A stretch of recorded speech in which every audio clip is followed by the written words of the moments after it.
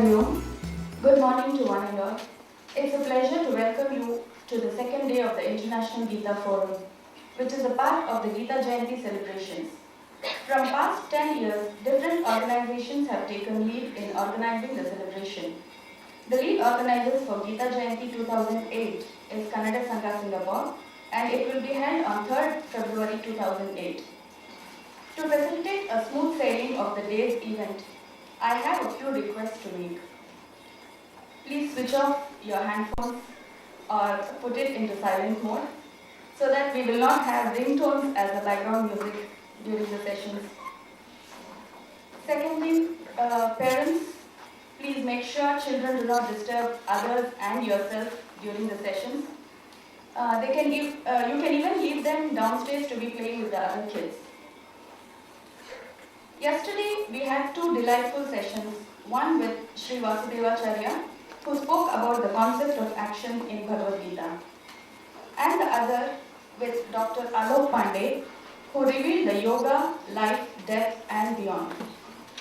Today, we have Dr. S.K. Chakraborthy, who will be talking on art of leadership and management, Gita perspectives, as the first speaker. And our second speaker will be Swami Mitrananda, who will be enriching us by talking on the relevance of Gita in the modern world. Before all that, let's thank the Lord for giving us the Sadbuddhi and creating the opportunity to come here and gather for an enlightening day. We are truly blessed to have such satsang today. So let us start the day with prayers. May I request Mrs. Padmini Chandrasekhar to kindly inaugurate the prayer. Also Mrs. Ranjini ji. Mr. Sunil ji. Om Brahmanandam Paramasukhadam Kevalam Jnanamurti Dvandvatidam Gagana Sadrisham Tattvamasya Dilaksham Ekam Nityam Vimalamachalam Sarvadhi Sakshi Bhedam Bhavatitam Trigunarahitam Sadgurum Tam Namami.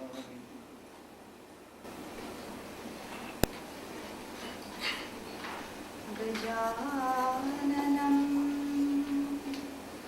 Bhutaganadi Sevitam Kapita Jambo Palasara Bhakshitam Umasutam Shokavilashakaranam Namami Vigneshwara Padapankajam.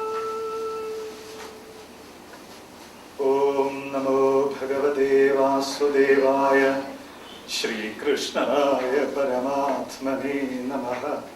Om Namo Narayanaya. Om Pathaya Pratibodhidam Bhagavata Narayanena Swayam Vyasena Krathitam Purana Munina Madhye Mahabharatam Advaitamritavarshini Bhagavati Ashtadashaധ്യായിനി Ambartvamanusandadhami Bhagavadgite Bhavatveshini Namostute Vyasa Vishala Buddhe Kullaravindayata Patrane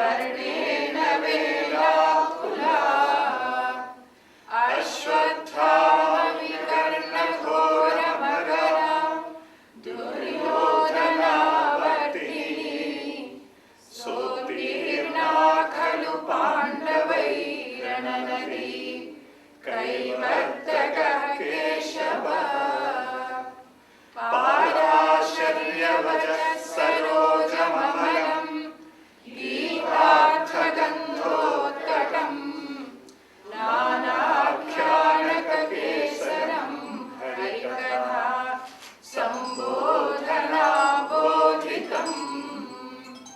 लोके सज्जनषट्पदैरहरः पेवीयमानं मुदा भूयात् भारतपङ्कजं कलिमल प्रध्वंसिनः श्रेयसे मूकं करोति वाचालं पङ्गुं लङ्घयते गिरिं यत्कृपातमहं वन्दे परमानन्दमाधवम् यं ब्रह्मा वरुणेन्द्ररुद्रमरुतः स्तुन्वन्ति दिव्यैस्तवैः वेदैः साङ्गपदक्रमोपनिषदैः गायन्ति यं सामगाः ध्यानावस्थिततद्गतेन मनसा पश्यन्ति यं योगिनो यस्यां तं न विदुः सुरासुरगणा देवाय तस्मै नमः।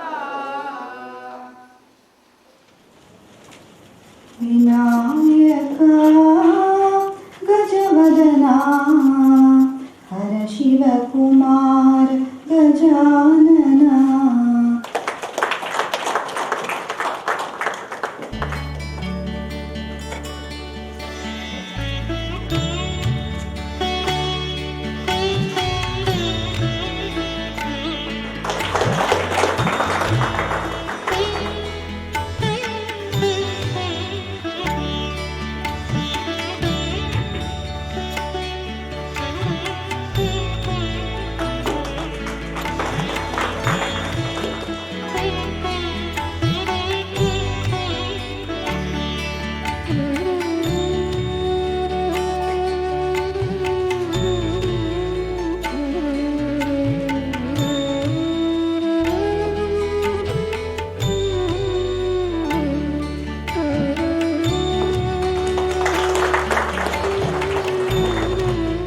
Thank you, Mrs. Padmini, Mrs. Ranjini, and Mr. Sunil, for starting the day with these wonderful prayers.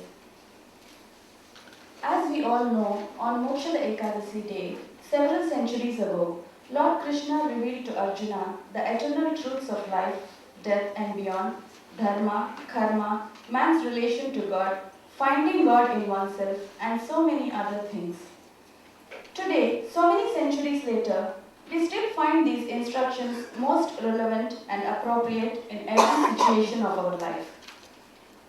We must learn to apply the right instructions at the right time with total faith in the Lord's ability to guide us through these situations. The education system conditions our brain from childhood to believe only in the logical, scientific, provable theories to such an extent that nobody agrees with mere statements like, just believe there is God who has made this world and he will protect us from evil. We expect scientific basis and practical implications to believe it. Actually, we must use both our head and heart to see these concepts. This technique is explained in our Hindu religion through ancient scriptures like Vedanta and to a great extent in the Gita. But unfortunately, these books are not written in a language which is known to most people. So this calls for a translated version which could be explained in terms understandable by common man. Many modern thinkers, great men like Swami Vivekananda, Sri Aurobindo, Ramana Maharshi, Swami Chinmayananda, and many more, tried to interpret these books and convert religious concepts into science of religion and a way of life. To quote Swami Chinmayananda, the dividends of religious living is in the present moment.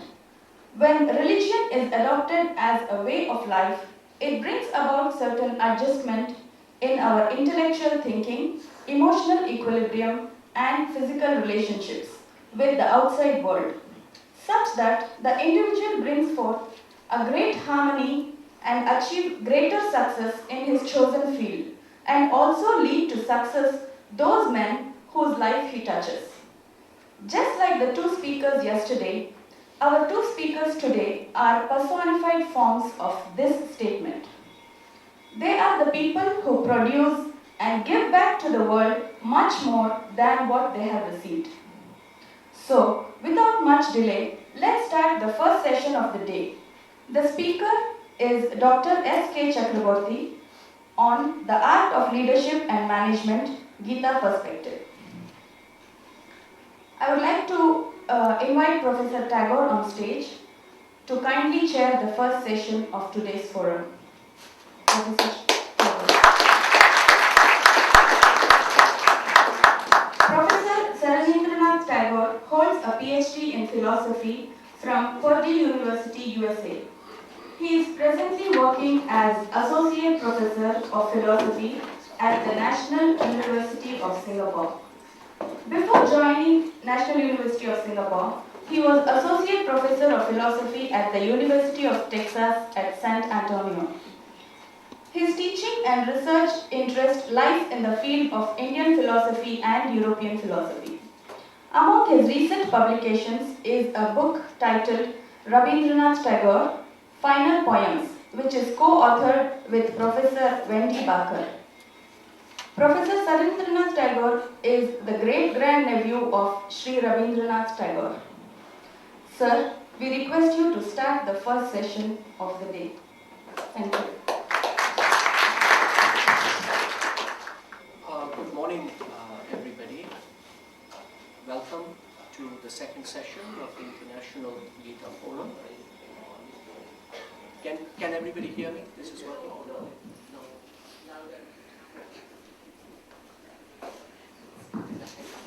Okay. Can everybody hear me? Okay, good. Welcome to the International Gita Forum of 2007. We are going to have our second session today, and it is indeed a pleasure to have with us Professor S.K. Chakraborthy from IIM Calcutta. He will be speaking to us on art of leadership and management perspectives from the Gita. I'll say a few words of introduction, Professor Chakraborthy, and then invite him to give his talk.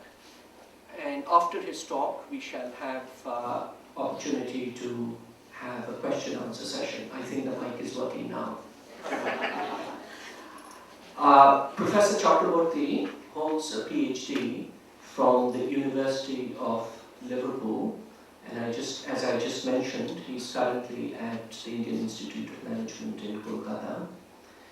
He has two main areas of interest, research interest, and I gathered from his short biography that his research career is divided into two sections. The first area of interest is finance and control, and the second area of interest, which he's concentrating on more nowadays, is human values, ethics, and Indian ethos. Professor Chakraborthy is the author of numerous books, and I'm told two of which have won national awards in India. He has held visiting positions at Stockholm Business School, Royal Melbourne Institute of Technology, and Darmstadt University of Technology. He is the founder editor of a journal. The name of the journal is called, it's Journal of Human Values. As I said, he has numerous books, but we should note that a new book is forthcoming from Oxford University Press, and it's called Spirituality in Organizations, Means or Ends. He has lectured across the world, and we are indeed pleased that he is with us today. May I now invite Professor Chakraborthy to give his talk.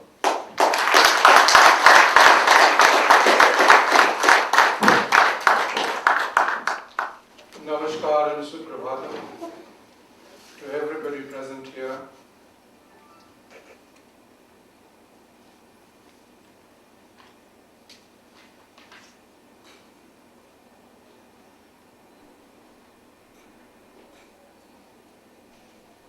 I offered my profound gratitude in silence to the organizers of this conference.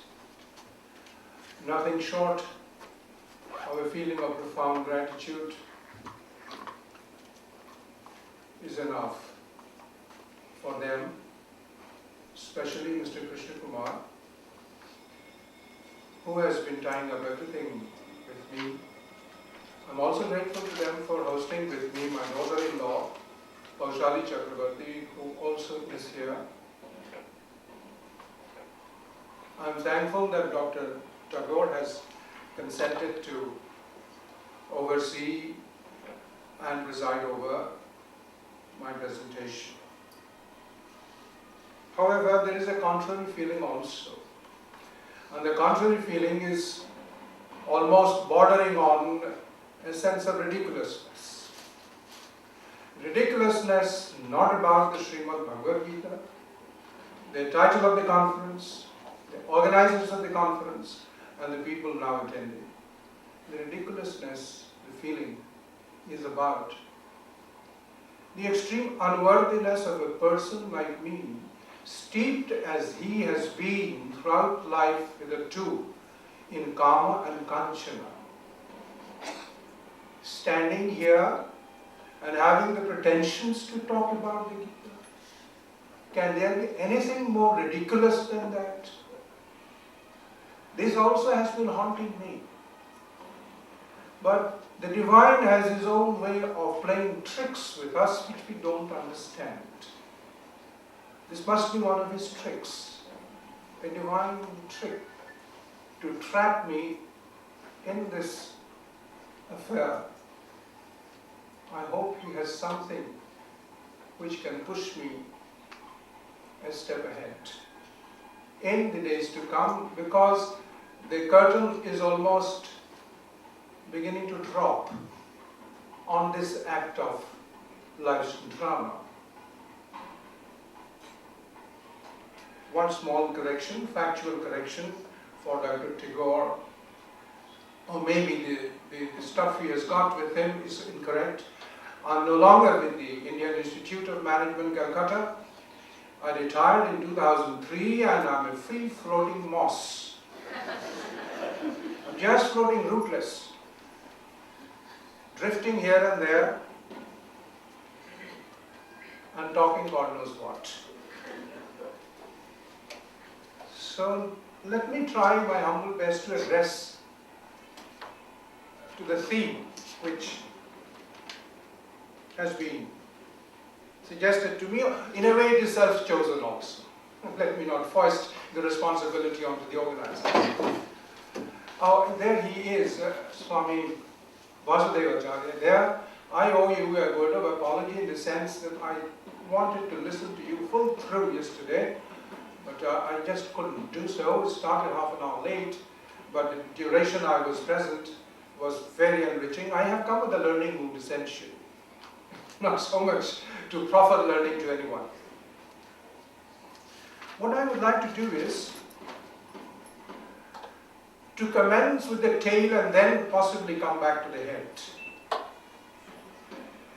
And the tail constitutes about 5 or 6 episodes, examples of application of the Bhagavad Gita by people who, at least in India, would be knowing, if not in the world. All of them I have met and encountered and talked to them across the table for various durations. Only one of them I have read. I can't help that, because I was not born then, nowhere near the world at that time. So I start with Prafulla Chandra Ray, Sir P.C. Ray. Maybe some of you would know his name. He was born exactly in the same year as Rabindranath Tagore, 1861, but outlived him by 3 more years. And he left his body in 1944. He is considered to be the father figure of the chemicals and pharmaceutical industry in India. A DSc from Edinburgh, he headed the Department of Chemistry in Presidency College in Calcutta. 10 to 5 was his college. The academic garb was worn by him. 5 to 10 p.m. was his factory. 1892 he established the Bengal Chemical Pharmaceutical Works, which had become a corporate body in 1902. It still works. It's not a great thumping name in Indian industry, but nonetheless it lives on. It produces those standard items with which it had launched its career 105 years ago. Oh, more than that. I'm sorry, 115 years ago almost. Now, he had written a biography, an autobiography about himself. In 1930, having reached the age of 70, there was a public commemoration function, and the occasion of that, coinciding with that, he had written a biography, autobiography about himself. The last chapter is very instructive for our purposes in this conference this morning. A few lines in his words from him. Now, this book was published by Kagan Paul from London in 1932 and simultaneously in Calcutta also by another publisher. P.C. Ray. All through my life, through my varied activities, I felt the force of the saying, Paya Rishikesha Ridhisthitena Yatha Nyukta Hosmi Tatha Karomi. I commit myself to Thee, O Lord, make me Thy agent. This particular verse, couplet, does not occur in the Srimad Bhagavad Gita, but as you know, there are several small minor recensions of Gita. They have the title Gita also, and this occurs in the Prapanna Gita. It is attributed to Duryodhana, who in a moment of candor and utter, self-resignation to the Lord Krishna, he makes this confession. There are two preceding lines. The preceding couplet is Janami dharmam nachame pravritti, Janami adharmam nachame nivritti. Then follows up with this other couplet, succeeds that one with this. This is your and my predicament. It is a verse uttered by Duryodhana on behalf of each and every single human being walking on this earth. And it is as perennial as it could be. I know what is right, but alas, I cannot act up to it. Oh Lord, I also know what is wrong, and yet I cannot desist from it. Therefore, O Lord, be seated in my heart, incidentally, not in my head. That's an important point. You had alluded to it yesterday. In my heart, and guide me. This is a prayer which you and I all need constantly, but we have forgotten to pray. It is an age of rationality. Prayer is something which we don't understand. We have become very, very dry, parched, arid inside. And prayer doesn't come out of an arid soil in the heart. So, but he could. A DSc from Edinburgh could do that. This is the beauty of the Hindu psyche, as it ought to have been. I and you may not be representing this kind of thing today, but there was a time, not too long ago, just about 100 years ago, this was possible, this was done, and here is a statement corroborating that. So I said, this is an example of what I meant by suggesting that title to Mr. Krishna Kumar. Leadership. He was a leader. Not only a leader, he was a founder, he was an entrepreneur. And of course he was a teacher of the first order. producing the next generation of scientists from that part of the world, Satyan Bose, Meghnad Saha, etc., etc. They were all the students of him, and his co-traveler at that time was Jagadish Chandra Bose, the physicist, botanist. Now, this being a peep into something which I read. Now I come to the second example, which I have not only read, I have encountered, I have met, I have talked, I have dialogued. This happened in 1997, which was the 50th year of what we wish to call as our Independence Day. I thought I should meet some of the top people in the field of industry, economic activities, and a few other fields across the country, and sift from their minds what have they been thinking about the whole process for the last 50 years, 47 onwards, 1997. About 20 people across India. I sought their views. I was a listener and recorded them with my own sort of longhand. R.K. Talwar is the person I am now going to talk about in brief. R.K. Talwar was the youngest ever chairman of the State Bank of India, which is the largest commercial bank of the country. And later on became the chairman of the Industrial Development Bank of India, which is the largest development banking institution.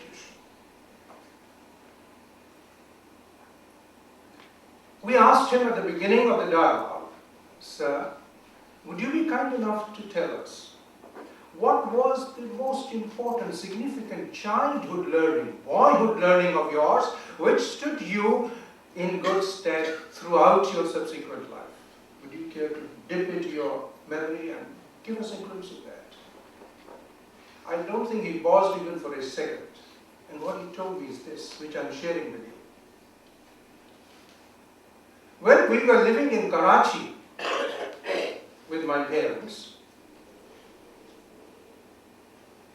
I was a schoolboy, and I used to find my mother reading something every morning which I just didn't take care to look at.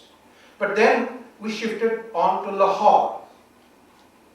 And there, at the age of 13 or 14, I dared not to ask for it from my mother, but to steal it from my mother. Stealthily, I used to pick up that little book. It was in Hindi, and I began to read it, and believe me, I didn't understand a word of that. But I persisted. And later on, it grew into me. And ever since, verse 2.47 of that book has been the sheet anchor of my life. So I got a full-blooded answer to what I sought. Precise, frank, honest. So that is it. 13 or 14 at that age, he picked up the Hindi translation of Bhagavad Gita stealthily, which was his mother's property, used to read it without understanding a syllable, but used to read it nonetheless. And slowly, Bhagavad Gita sprouted in him. It grew into a veritable tree and provided shelter to him throughout his professional career, which would not have been by any means a bed of roses. We can easily contemplate that. I pursued it. Later on, I asked him, "What do you do with your vast store of experience, knowledge, professional knowledge, experiential competence? Don't you ever face in your work life situations where you feel as if you are with your back to the wall?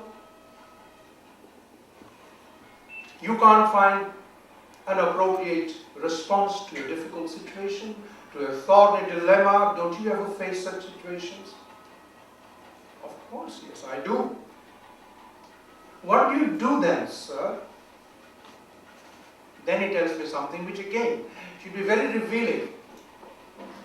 To me, at least, it was a great window opened up. He said, "Look, in my office, in the large room that is given to me, in one small corner, I have a folding partition which encloses a little space in that office in one corner of that large, huge room. As and when I confront these kinds of insoluble dilemmas and problems in the work situation, I pull down the shutters, disconnect all telephone lines, and of course in his time there were no cell phones, that great boon of modern technology. He didn't have that. He would instruct his secretary not to pass on any calls from outside. No visitors, no office people, nobody. He would just simply cut himself off. And he says, I would retire into that small corner, which nobody from outside, if you would come to see me, sit me across the table, would be able to guess what it was. So I went there. I used to go there. I do go there. There's nothing there actually. There's no reclining chair, there's no towel, nothing. It's simply a cushioned mattress. He says, I sit there. I sit there. I disconnect. And then I follow a formula. What is the formula, I asked? He said, the formula is this. Sincerity plus silence plus no preference is equal to divine voice. I was electrified.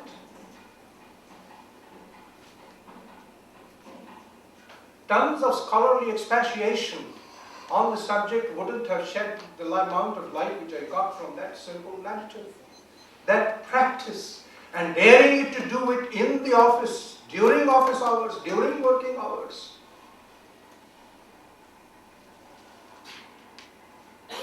Sincerity plus silence plus no preference is equal to divine voice. A secular mind dealing in money all the way could also look up the sacred way. This is India, this is Bharatvarsh. We have never made a cleavage between the sacred and the secular. In fact, we claim, not today of course, you and I don't accept that. Our constitution in India does not accept that. But our Shastras, our ethos is said, there is nothing, absolutely nothing which is secular. Everything is sacred. From the moment of birth, 24-hour life cycle I need and everything I do, everything is sacred. All right. So, he would do that. The divine voice is the voice of the sacred, descending into the midst of the secular mess, clarifying the mist, and showing the path that needed to be followed. And he said, the answer would come to me maybe then itself, or sometimes it took longer. I waited. If it took longer for the intimation to spring up from within the divine voice, I thought that this was an indication that this is a matter which could be waited for. It need not be responded to straight away right now. And I did that. Maybe 2 days, maybe 3 days. I was not too impatient to close that chapter so soon. I waited. It did come. Fine. I asked him a third question. He had for his own personal training and development, he had associated himself with the Sri Aurobindo Ashram in Pondicherry, Sri Aurobindo and the mother. Of course, he hadn't met Sri Aurobindo, but the mother he had. So, but then they jointly influenced his world of thought.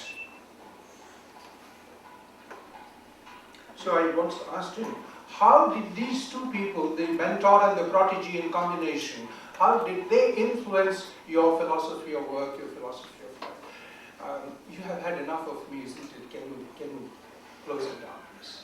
This light is hitting me badly. Please. Just hitting me badly. Thank you very much. I'm relieved. God bless you.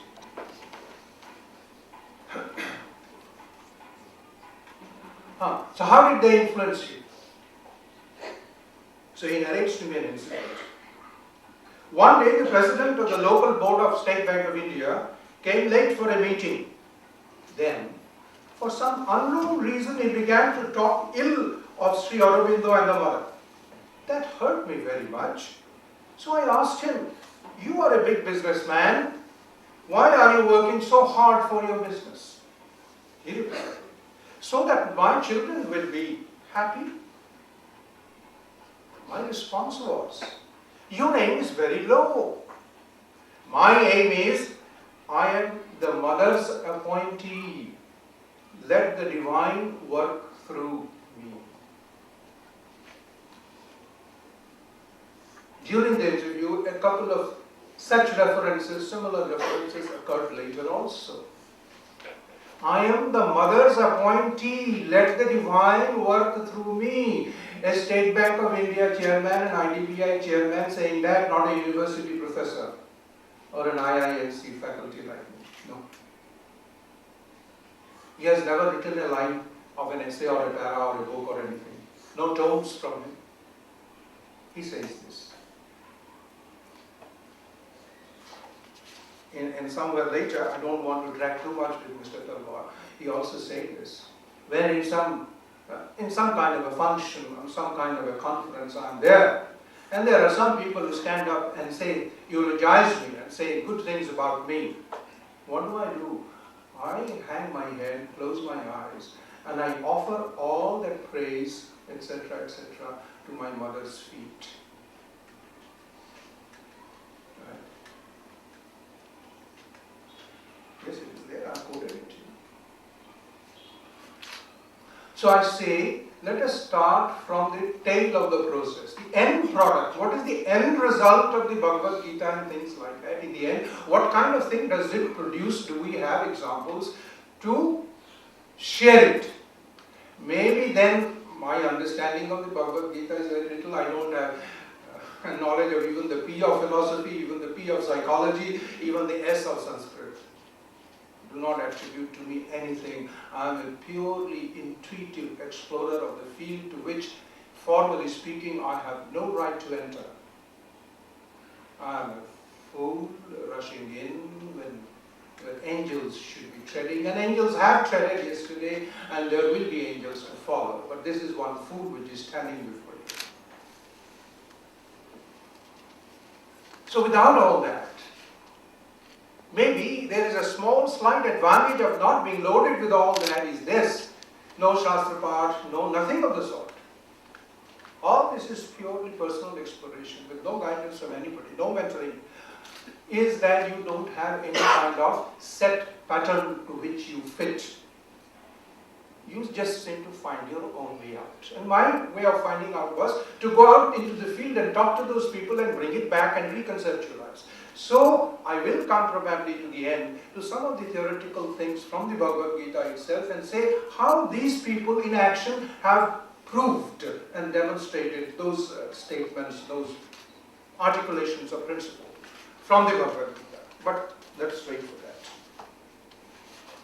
Then I come to J.R.D. Tata. J.R.D. Tata, if you know, he has been hitherto the only industrialist of India to be awarded the highest national civil award, the Bharat Ratna. I think it was 1998 when he was awarded that. What is the inside story about that?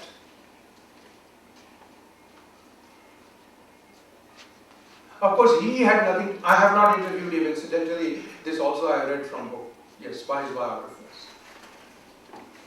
When the news floated in to the Tata House in Bombay that the government is contemplating awarding this honor to him, he called his nephew, the present chairman of the group, Ratan Tata, and said, "Look, Ratan, I heard this is happening." Ratan says, "Yes, sir, I have also heard about it." Then J.R.D. tells him, "Look, Ratan, cannot something be done to stop this?" So Ratan was taken aback. "Why, sir? Why, uncle? Why?" "Well, you know, I don't like fuss to be made about me in the country. Why? I don't like to be fussed about." Please, try that this doesn't happen. Then Ratan gave a fine twist to the whole thing. He said, "Sir, don't take it personally. You take it as an award for the house of the Tatas. Why do you object to that?" J.R.D. had to keep quiet. His nephew's argument was a very, very telling argument, and he just couldn't backtrack. And he silently, he didn't even nod his consent, he just kept quiet, and Ratan of course got the signal and he was awarded that. And this man's last, how did he contemplate his death? There was some reference to death yesterday. Again, I'm so sorry, I just didn't happen to be here. He was telling his biographer at another stage, Jerry, look, I wish that I do not die in India. Why? Now he was a shy man. And he told me, why do you ask me that? I don't want to die in India. So by indirect means, the biographer who was interviewing him, he found out that J.R.D. knew that he had enough of affection, reputation in the country and the mind of the people, and there would be something quite big and great and official, informal, everything would go about after his expiry in India. And again, like the Bharat Ratna episode, he also wanted to avoid an escape even after death. When he would not be in the present physical frame to experience all this, even then he wouldn't like to be fussed about. Probably he thought being fussed about is almost bordering to being messed about. So he didn't want to be messed about either. And in fact, God did grant him his ambition. He died in France, in Paris. He did not die in India. Yoga Kshema Vaham. Isn't it there in the Gita? The divine covenant. So his yoga was this, he wanted to die abroad. And this is what happened. Now J.R.D. Tata was not a direct student of the Bhagavad Gita. Nowhere you would find that in his biographies. But his great-grandfather, Jamshedji Tata, who had founded the Tata Empire, was the son of a priest. So that sanskar probably traveled down his bloodstream, and without being formally in touch with this kind of a text, he still could retain that flavor. And he demonstrated that. I've given you only these two very startling episodes, very striking episodes from his conduct. Then I come to another person, Dilip Mehta, who has been the chairman of Saregama. This is a later version of His Master's Voice, the producer of gramophone records, phonograph machines, etc., etc. Saregama was later on the name it acquired some years ago. And he was the chairman. This man once came to our home, somewhere heard about it. We discussed. Then I found there's something very absorbing and interesting about him. So we sought an interview with him in his office sometime later, and he was kind enough to grant me that interview. And what did he say? He was an MBA. Earlier he was a student of science. He was an MBA from one of the leading IIMs, Indian Institutes of Management in India. He had done his MBA and he had served other organizations before coming into this particular industrial house, of which one company was Saregama. And he was in the leadership position, he was the CEO. In any case, we are talking of leadership. I am not deviating from that track because P.C. Ray was a leader, J.R.D. Tata was a leader, Talwar was a leader in the field of management. But we can expand it later on.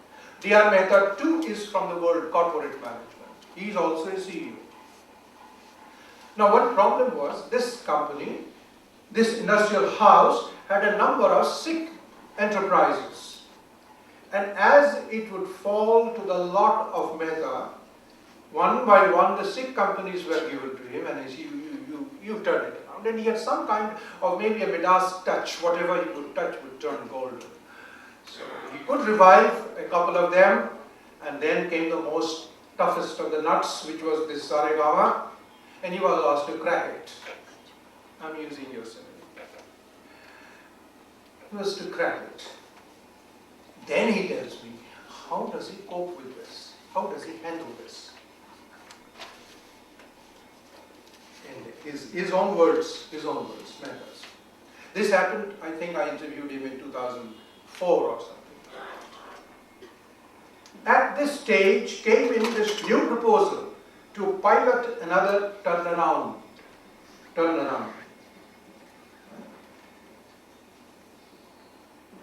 I had then just got hold of the Gita.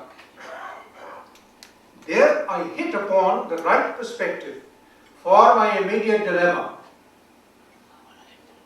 This I did not get elsewhere. This book helped out to me the full agenda of the human life script. Remember, and MBAs are usually not at all sacred-minded.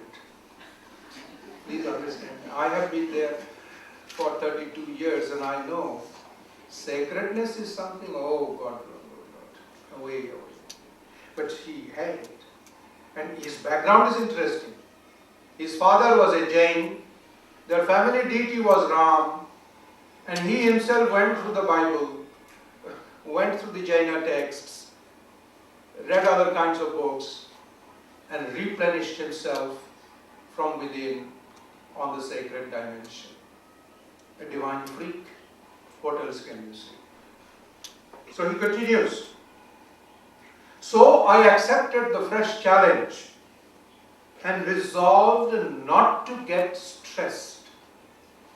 Yudhyasya vigata jvara. Isn't it there? Nirashi nirmamo bhava.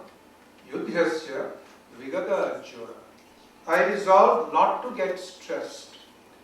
The Gita has helped me to sustain my tempo for corporate life without losing sight of the goal of what? Incredible. Moksha. An MBA corporate sector CEO talking of moksha. Is it digestible in the first place? Can we digest it? But I heard it. And on a second occasion, he had reiterated this view.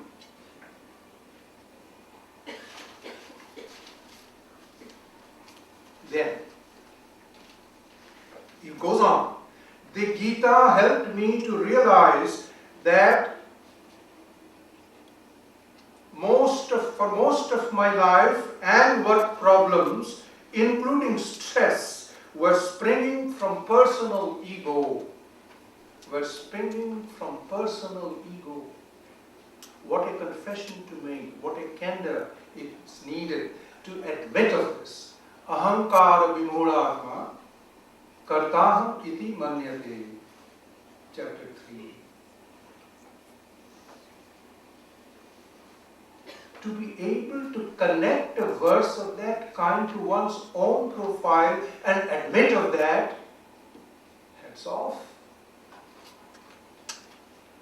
I should have touched his feet, which I did not because the formal occasions and the setting didn't permit me to do that, cross the kuntha, so I could not, but I felt like doing it from within. How many of us can do that? Even in silence, how many of us can do that?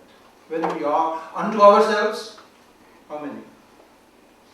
With the help of insights from the Gita, I am able to disidentify more and more from my ego-connected tensions arising from any cause. So this was the third dimension he told me. Second. And the third was, I was also able to realize from this book that one of the biggest causes of unethicality as well as stress is fear of failure.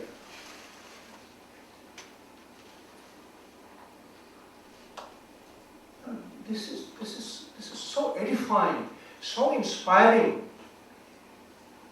A man with that kind of an academic background handling this kind of an industry where result is necessary and so on, he is able to speak that kind of a language. I am not using my language, incidentally. It's his language. Maybe here a dot and here a comma might have been mine, but what he said is his.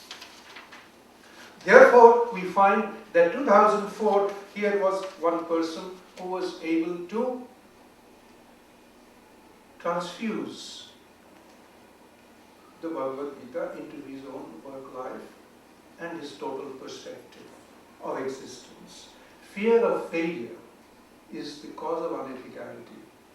Let us see if we can later on talk about that a little. Then I come to a doctor working in Bombay. Here I will use a pseudonym, Dr. Manjrekar, let us say. He was a professional gynecologist specializing in abortions. Roaring practice. One day, sometimes he used to do like that. He went to a satsang of this variety where Srimad Bhagavatam was being recited and explained by a sannyasi or a monk or someone like that. There he heard something, came back, and decided to abandon his profession of abortion and close down the clinic. What worked in his mind was that this is firstly a transgression of a suprahuman principle set in force. I'm interfering with that. Secondly, this is encouraging permissiveness, promiscuity in society. I cannot be a party to either of these unethicalities. Determined. All his fellow professionals were up in arms against him. He was sent to Coventry. If you understand. He stood determined and did not relent. Sacrificed a huge corpus of income. But mentally he had expanded. He had heightened himself, he had deepened himself, he had expanded himself. That is to say, he felt all-round sense of growth and development, not in the secular sense, but in the sacred sense. Well, I know I have referred here through this example, Srimad Bhagavatam. In India, we wouldn't like to so rigidly compartmentalize between the Bhagavad Gita and Srimad Bhagavatam. One side deals with bhakti and prema and all that, fine. And this side is also necessary. The Bhagavad Gita talks about other side, but does not send bhakti yoga into exile. Ultimately, the Bhagavad Gita also returns to bhakti yoga. Man mana bhava mad bhakta mad yaji. Right? You know, this is the last chapter. So, essentially there is convergence, and these examples may not have been strictly from the Bhagavad Gita, but Srimad Bhagavatam is very much a complementary document. Last example, a negative one.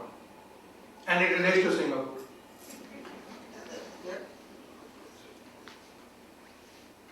Singapore deserves some mention, isn't it? There was a famous industrialist in Singapore some years ago who used to be called Biscuit King. Well, I did not use the name purposely. When it is the dark side of the moon, well, we don't usually mention the names. We know what happened. This must be around 10 years ago. He rose like a meteor. Much talked about name in corporate circles then. But what he did for success. He he subverted many laws of this land, and he was jailed for that, got a bail, and using the bail he jumped into India. And what was the end like? This life ended. If we have to be precise about the Bhagavad Gita here, we can't talk loosely. This life ended. How? Most tragically, he got no medical attention, no medical care. It's another story why he could not get medical care, because all the money in the world was at his disposal. But he didn't get. And he died a most unfortunate, uncared for death in India. So you don't require punarjanma, nothing is required, this janma squaring up.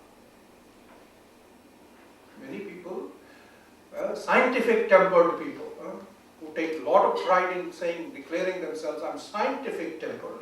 They say, oh, we can't connect, we can't see one to one, so this is all supposition, all speculation, superstition. So we say, no. Those who understand the Indian ethos, they say, no, there is no superstition. There is no effect without a cause. I may not be able to see the cause from this perspective, from this vantage point at this point in time, but if an effect is there, it presupposes, and that is scientific temper, there must be a cause.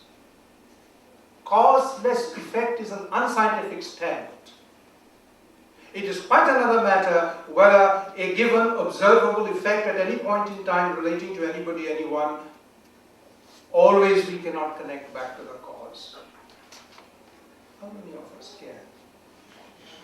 The power of comprehension across time and space.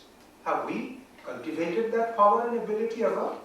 If we have not, we can say that statement itself is unscientific, which says there is an effect without a cause.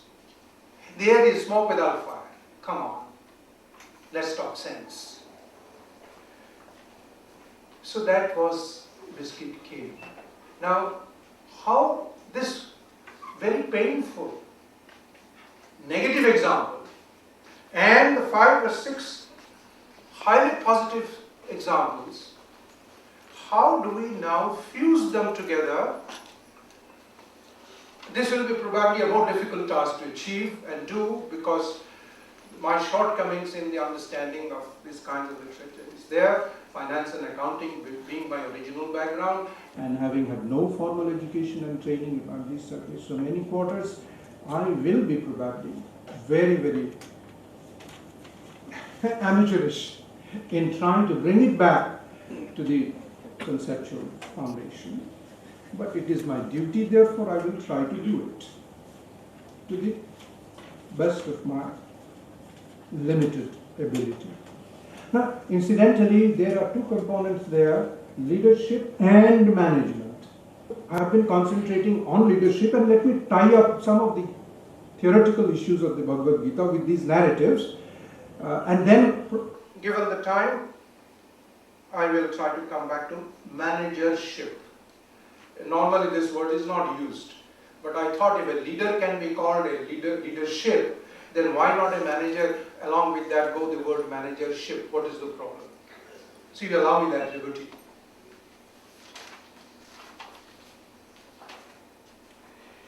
I have here found out, for the purposes of this presentation, right, 7 verses of the Gita which give me the model, the conceptual baseline model for the narratives I have offered you.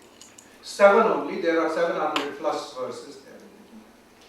7 only which have struck me. And I will go over them and try to weave through them as best as I can as some kind of an integral network. I am trying all this standing in front of you. I don't have much of a pre-preparation. So, take it in that spirit, please. Verse 2.47 has been referred to, everybody knows about it, Mahaphaleshu Kadachana.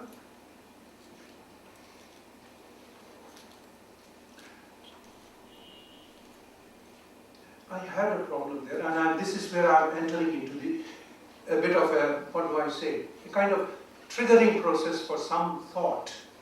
Ma Phaleshu Kadachan. Arjun as an individual person is being cautioned that you don't be attached to fruits, results. Now please remember, I have been encountering corporate audiences for the last 40 years. Hard-nosed people as they are, not docile listeners in a satsang, who have already come with a mind to absorb. They were not like that.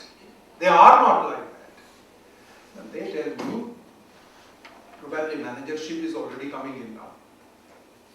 My leader, the business head, the divisional head, the managing director wants that sales target of this much must be achieved by this quarter. He has set it for me.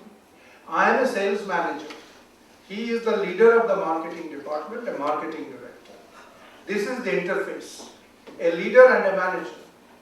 He has to achieve it in the field. Somehow it is not achieved. He goes to the leader, that is the marketing director, and says, "Sir, I have adopted the Gita thing, Ma Phaleshu Kadachan." So I'm not answering.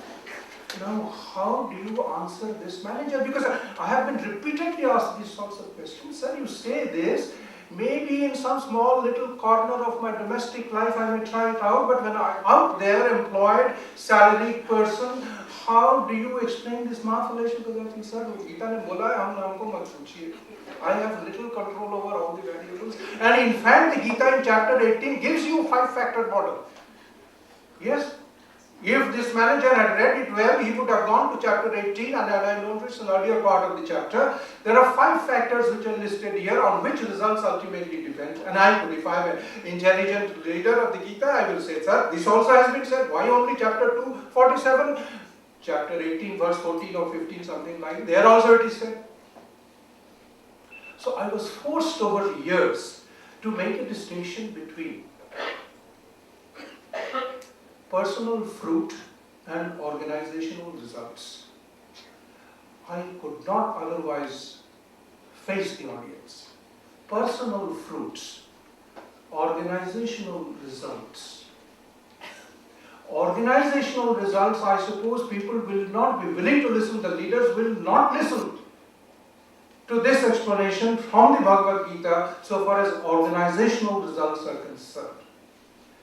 But supposing the organized results have been met, then comes, I think, the power and the influence and the impact of the verse, which is you, the performer, the manager in the field, you do not hanker after the personal fruits that might accrue to you from having achieved the organizational result. Your extra bonus, your extra paid holiday, your this, your promotion, you cut loose from that attachment, which is personal fruits. Organizational results, personal fruits. I confess to you, I was forced to make this distinction out of this verse from the Bhagavad Gita to talk to them. I could not otherwise hold on. Organization is for results. It has to achieve results. Now it's another question whether the leader has defined the result in the right way, right perspective, whether the leader himself should not be taught this principle and the verse. I am not entitled as a manager to argue with him like that. Sir, आप जाइए घर में जाके आप गीता पढ़िए, गीता पढ़ के 2.47 समझ लीजिए, फिर बात करेंगे. He won't do that. This is the reality.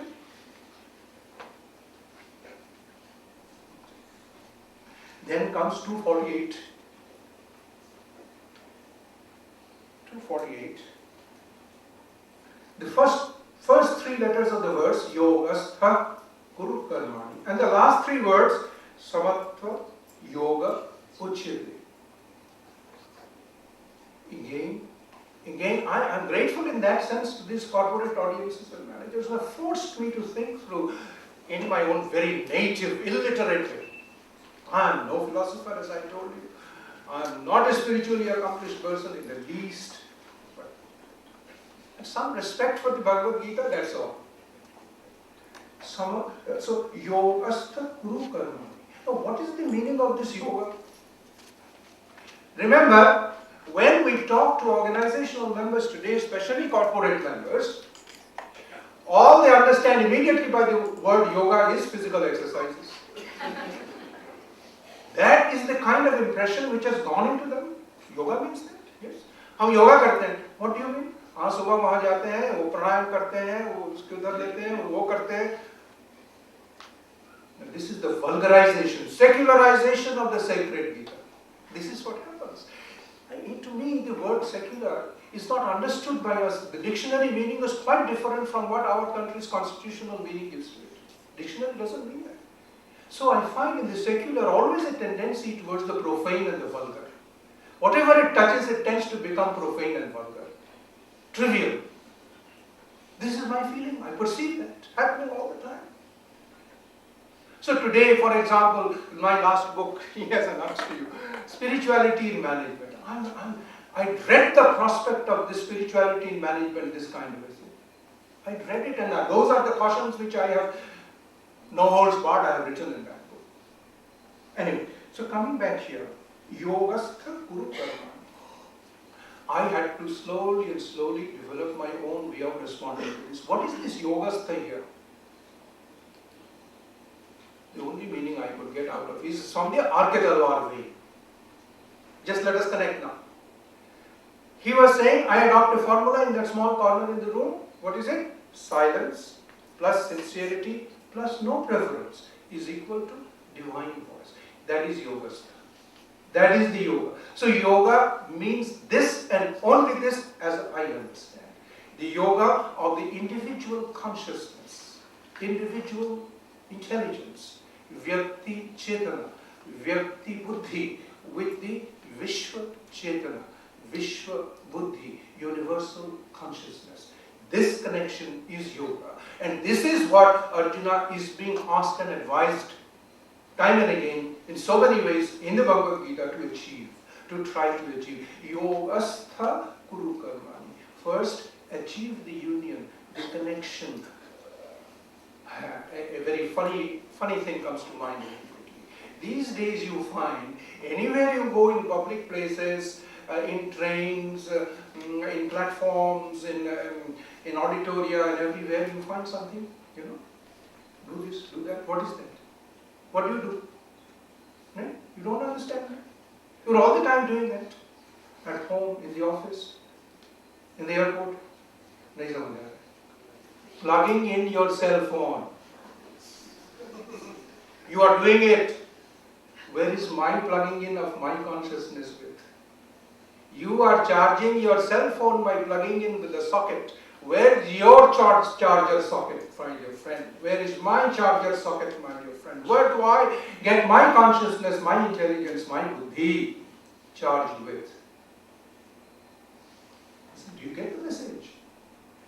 So, R.K. Talwar in that little enclosure was doing exactly that Yogastha.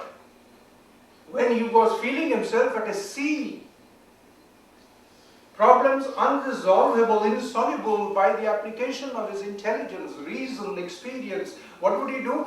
He had the ability, the training of the mind to realize, oh, this is the time now to stop my left brain pyrotechnics. Enough of my left brain. I must give a chance to the right brain, if that analogy can be used here now. And that is what he did in silence, eliminating the turbulence in the brain, the congestion in the brain, unwinding it, emptying the brain of the riot of thoughts, making space for the descent of the all-pervading, universal, flawless intelligence, divine. Of course, naturally, by instinct, by sanskars, he would overcome that problem that there is nothing called divine intelligence and all that. This is all bunkam. Fortunately, that he had no problems about that, and probably many of us here don't have a problem with that. So to me, Yogastha would mean this, what R.K. Talwar had demonstrated and practiced, and I'm sure many do. So unless I don't have a glass, so I couldn't demonstrate to you. If I had a glass and it was full of water here, if I wanted to drink milk in that glass, what would I have to do? I would have surely to pour out all that water into it, make it empty, and then pour the milk. That is yoga. Me, this little frame, the descent into me of the divine intelligence, the Buddhi Yoga,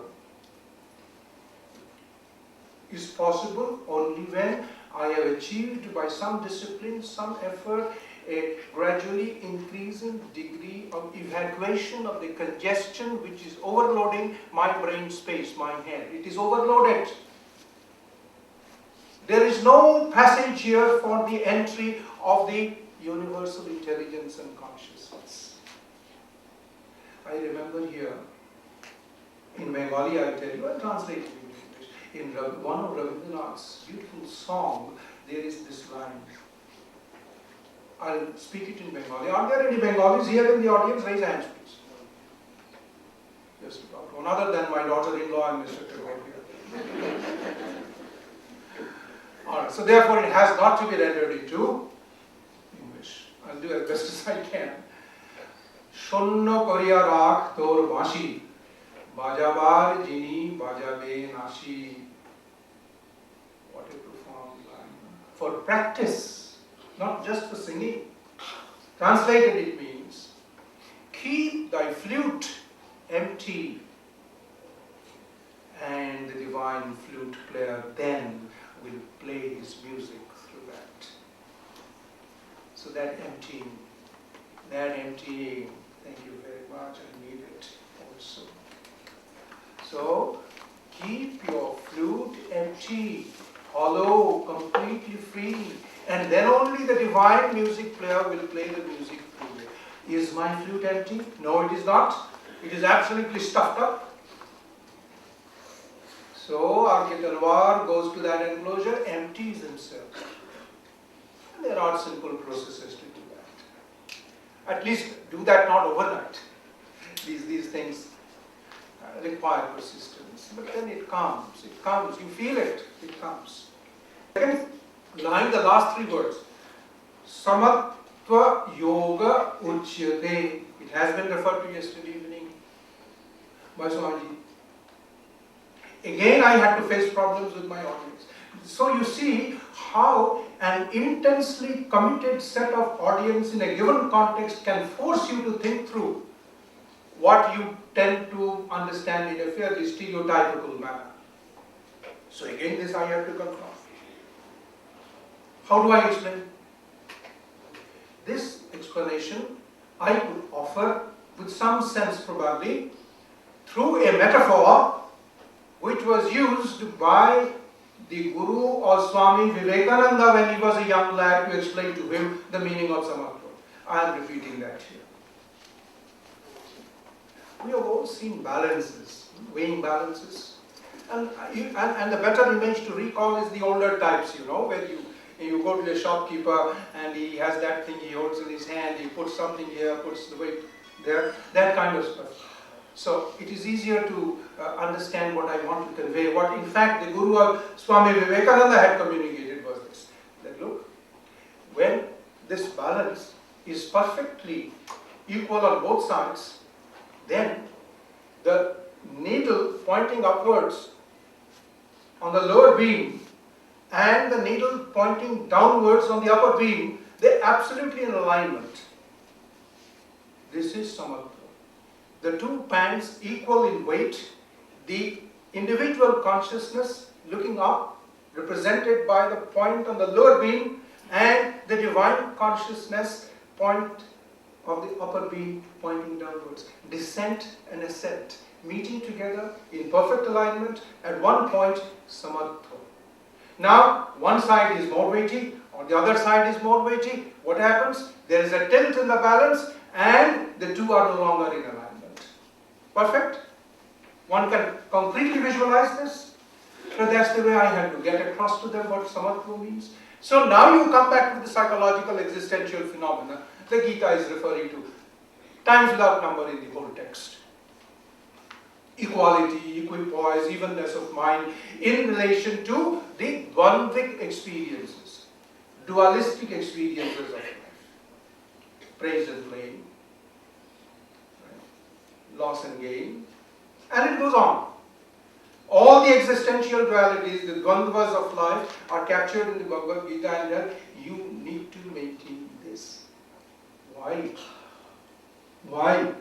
What is the reason for this? The reason is samatva, maintaining this evenness, equal weightedness. If I am happy with pleasure and I am sad with sorrow, then I am swinging. This will not help. Now, but where does this swinging come from in the first place? So he goes to the root. In chapter 3, therefore, he tells Arjuna, ahankara vimudhātma kartaham iti manyate. So therefore, so long as you work with your I sense, you will not achieve samatva. And if you do not achieve samatva, your consciousness and the divine consciousness will not be in alignment. So ego is a barrier. Ahankara vimudhātma kartaham iti manyate. It is to this ahankar that the dualities cling. If the ahankar part slowly is minimized, is reduced, then the imbalances created by both will be of a lesser amplitude. They will not get away from your and my life, at least in this life I don't see anywhere near getting rid of that. But the power to come back to a state of little evenness from a state of complete disequilibrium, that time interval will be shortened. Good enough. Good enough. Ego is like gravity. Rabindranath Tagore in an essay also said this. Ego is like gravity. A thing falling on the moon, same mass, will not create the same impact as the same object, same mass falling on the earth. The reason is the earth's power of gravity is much stronger than the power of gravity in the moon. The implication psychologically is this: if the ego is strong, then the slightest aberration of my expectations around will hit me strongly. But if the ego is less, the same event untoward from outside or favorable from outside will fall on me more lightly, as the object of the same mass falling on the moon falls more lightly than when it falls on the surface of the earth. So ego has that problem. And so long as this ego is there, karta iti manyate, ahankara vimudhātma, samatva will remain elusive. So these have to go together. One is to weave together verses in one's own way. This is my weaving together. I don't claim that this is a patented weaving. You weave your own pattern, but do it. Because the verses are so cryptic and so concentrated. One needs to do it, and one who has the application and the sense of devotion to the Bhagavad Gita will arrive at it in one's own way. You don't have to follow any standard prescription. This is what comes from me because I haven't followed any standard prescription from any quarter. This I have explained. Another verse for the leader is 250. 250, where that famous thing which is quoted a lot also, yoga karmasu kaushalam. What is the normal rendering? Skill in work is yoga. Then a robber is a skilled man. He is a yogi. A terrorist is a yogi. You don't realize what a great mistake we are making by rendering it in English like that. Yoga karmasu kaushalam. So what they do is, skill in work is yoga. So I said, then a terrorist is a yogi. A smuggler is a yogi. A cheat is a yogi. Because he is skilled in whatever he does. Certainly not. This is not the meaning. The meaning is exactly the order in which the words occur there. Yoga karmasu kaushalam. One has to read correctly. So, what is this yoga then? Which is the skill in work? This yoga is not physical exercises, not hatha yoga. This is yoga, as I said, as Arke Talwar was practicing, the alignment of the individual ego, individual consciousness with the divine consciousness. This is the skill which Arjuna is asked to acquire and then do the work. And then do the work. This is another problem for all of us. We become managers, we become professors, we become surgeons, we become lawyers, we become everything in the world, but our whole sequence is the reverse. Yoga karmasu, we do not cultivate yoga first and then embark on the career of our professions. We don't do that. None of us has done it. Therefore, I bleed and bruise myself, and I bleed and bruise others also. This is the story for all of us. Yoga karmasu kaushal. Yoga is the skill in works. Please be careful not to render it as skill in work is yoga. Then you are liable to make a very, very great mistake.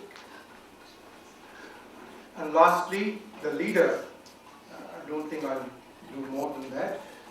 Shreshta. This word occurs in the Gita in chapter 3, 21 verse. Shreshta.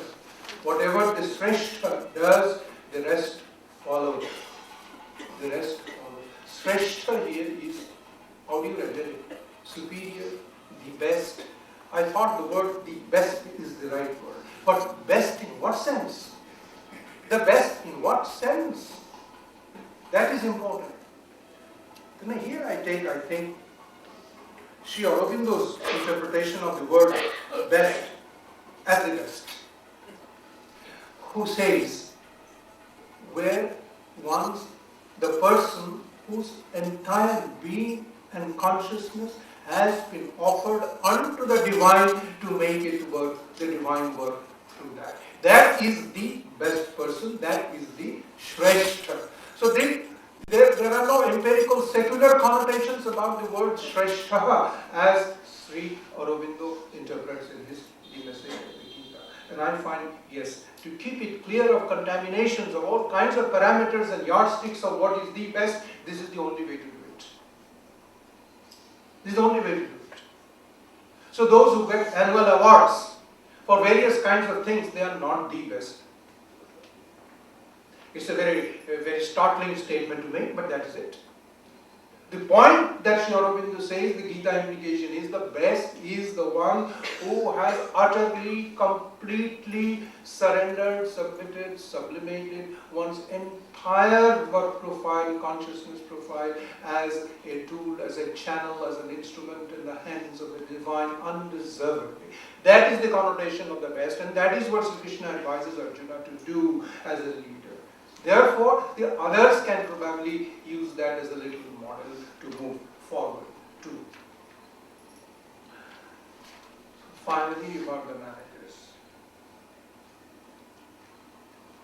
Yes, I think I finished my time. Yeah. Just one word then about the manager. And this applies, of course, for the leader also. It is again occurring in the last chapter of the Gita. I as a leader, I as a manager, I as a teacher, I as a householder, I have to understand this, take it very seriously. There are two options to happiness in life, the Gita says. Agre amritopam pariname vishamiva. Vis-a-vis, agre vishamiva pariname amritopam. The entire world today is being led and managed by the first gospel. By the first falsehood, let me say that. Agre amritopam pariname vishamiva. Everything that is happening, if you take a little longer look, last 350 years of science and technology, what has it brought the whole world down to? Let's take the whole thing together. Why do we go by piecemeal? This invention, that invention, sorry. You have to take the entire process, plus 350 years of modern science and technology. What is the condition of the world today? It is all summed up by that particular portion of the verse in the Gita. Agre amritopam pariname vishamiva. Rajasic. This is the problem, and the Rajoguna has been handled in the Bhagavad Gita at length. Again, chapter 4, 14 and chapter 18. This whole world, last 3.5 centuries in particular. So what the manager, the leader also needs to do is to remember the counterpart, be wise enough to see what is happening now and say, we will slowly and slowly turn 180 degrees around and begin to model the world, its institutions, its leaders, its managers on the dictum of the Gita, agre vishamiva parinami amritopam. That is better. Beginning with child rearing, this process has to start in every single home. Child rearing, how do we rear our children today? It is on the false gospel. Agre amritopam pariname vishamiva. This is the name of child care, child love. I love my child. So what do? I bring expensive toys whenever I go abroad or to some other city. The child comes running out of the home, yelling for the father or the mother. Not for the father or the mother, but for the toy. What a bargain. What a tragic bargain. Because it is I who have conditioned the child to the flimsy, to the transient, to the little, to the small, not to the bhuma. So, come back home, go to your child just as you are. Let the child embrace you just like that, not for a toy, not for a toffee. And the child to begin with does exactly that. It is you and I, through our wrong interpretation of what is child love and child care, we do the wrong thing. And the whole process begins from there. And the entire setup of business, commerce, economics, politics, science, technology is pandering to this false half of the Bhagavad Gita's shloka. Thank you, ladies and gentlemen, for my exceeding the time limit. Thank you very much.